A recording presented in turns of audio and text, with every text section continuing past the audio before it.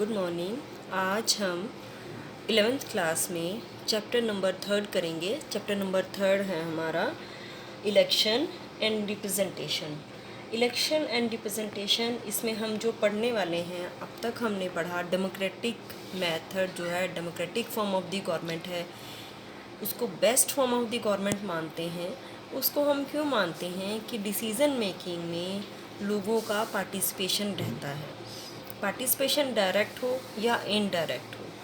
आप अपना अगर डायरेक्ट हम डेमोक्रेसी की बात करते हैं तो वहाँ पे हर डिसीज़न में जितने भी सिटीज़न हैं, जितने भी उस देश के निवासी हैं, वो सभी डायरेक्ट डिसीज़न मेकिंग में पार्टिसिपेट करते हैं। पर इंडिया जैसे बड़े कंट्री में ये पॉसिबल नहीं हो सकता, इसलिए हमें अपने रिप्रेजेंटेटिव्स को इलेक्ट करना होता है और वो आगे जाके हमारे बेस पे, हमारे बैकग्राउंड देखते हुए या हमारे बिहाफ पे डिसीज़न मेकिंग करते हैं। यहाँ पे अब ये चीज़ें ये बताती हैं कि why do we need an election. सिर्फ इलेक्शन होना काफ़ी नहीं है। इलेक्शन के बहुत सारे मेथड्स हो सकते हैं, उसका एक अलग प्रोसेस हो सकता है। हर एक कंट्री का अपना एक अलग तरीका हो सकता है इलेक्शन करवाने के लिए। तो अब तक जो हमने 10th क्लास में पढ़ा, सिर्फ ये पढ़ा कि हम अपनी गवर्नमेंट को चुनते हैं, लेकिन किस तरीके से चुनते हैं ये अलग अलग हो सकते हैं। इस चैप्टर में अब हम शुरू करेंगे। जो हम पढ़ेंगे वो पढ़ेंगे methods of election, process of election, what is the procedure of free and fair election, what steps can be taken to hold a free election, इसको कॉन्स्टिट्यूशन में लिखने की क्या ज़रूरत थी। ये सब चीज़ें हम इस चैप्टर में डीपली डिस्कस करेंगे। आज हम बात करते हैं इलेक्शन की अलग अलग मेथड्स की। इलेक्शन के मेथड्स, जैसे कि आप सबको पता है, जब पंच या सरपंच का इलेक्शन होता है तो हम डायरेक्टली पार्टिसिपेट करते हैं इलेक्शन में। तो यही हमारा सबसे पहला मेथड है। मेथड ऑफ इलेक्शन में डायरेक्ट इलेक्शन।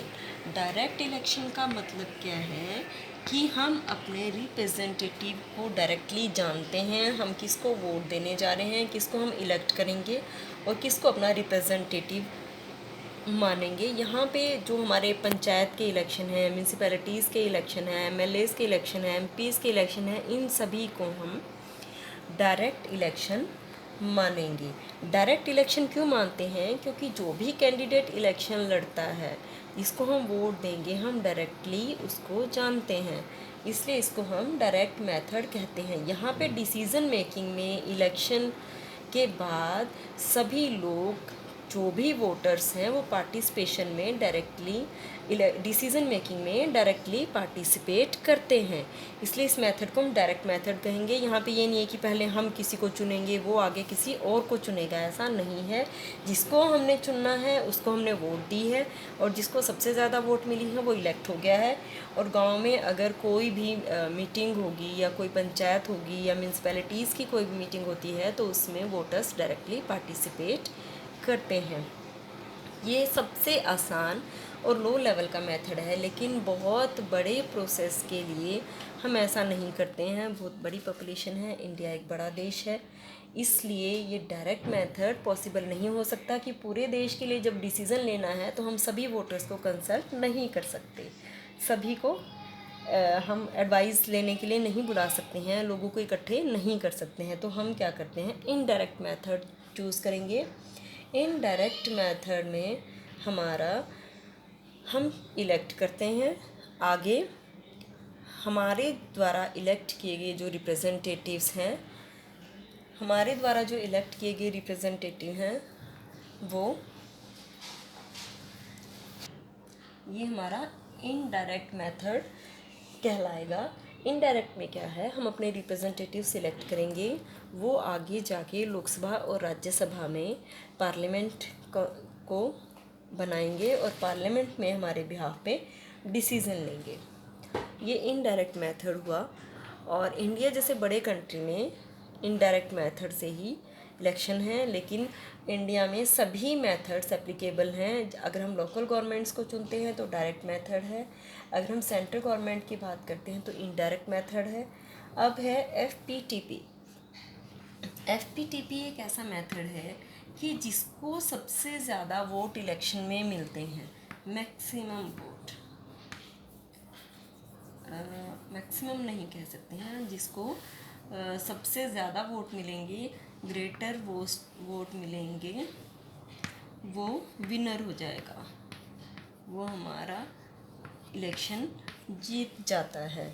चाहे सपोज एग्ज़ाम्पल के लिए आप देखिए 100 वोट्स हैं, 100 वोट्स में से 4 कैंडिडेट इलेक्शन लड़ते हैं, एक को 35, 30, 10, 5, यहाँ पे जिसको 35 वोट मिले, यानी इस 30 से इसको 5 वोट्स ज़्यादा मिले हैं, तो ये जीत जाएगा और ये सब इलेक्शन हार गए हैं।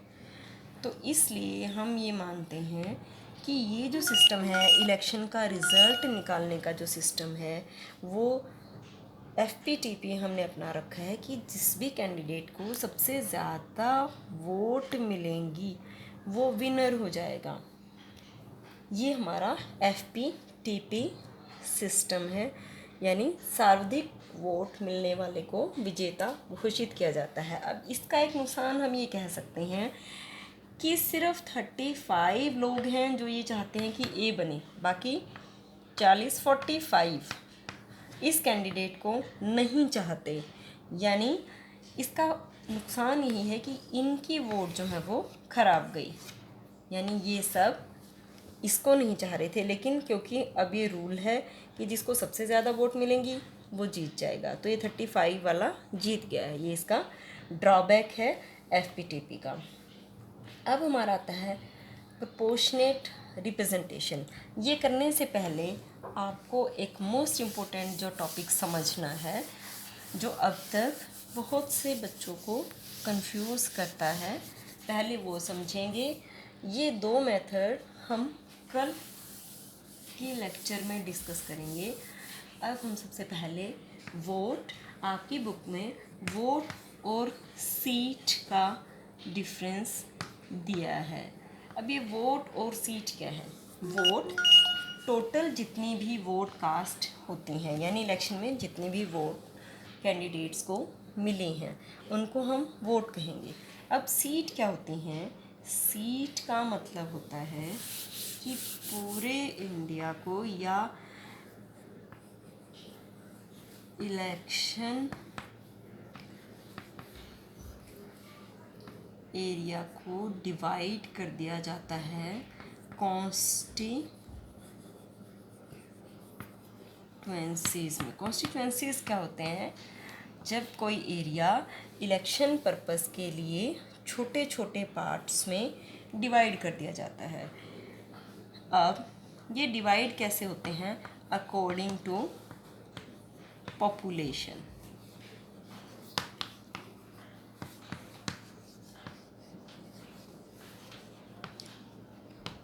अकॉर्डिंग टू पॉपुलेशन अब हम समझेंगे।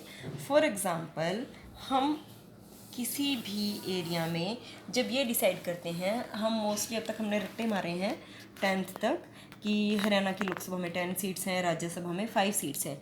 हु डिसाइडेड कि ये 10 होंगी और यहाँ पे 5 होंगी लोकसभा में और ये राज्यसभा में हरियाणा की सीट्स? पॉपुलेशन डिसाइड करती है। जिन स्टेट्स की पॉपुलेशन ज़्यादा है, उत्तर प्रदेश,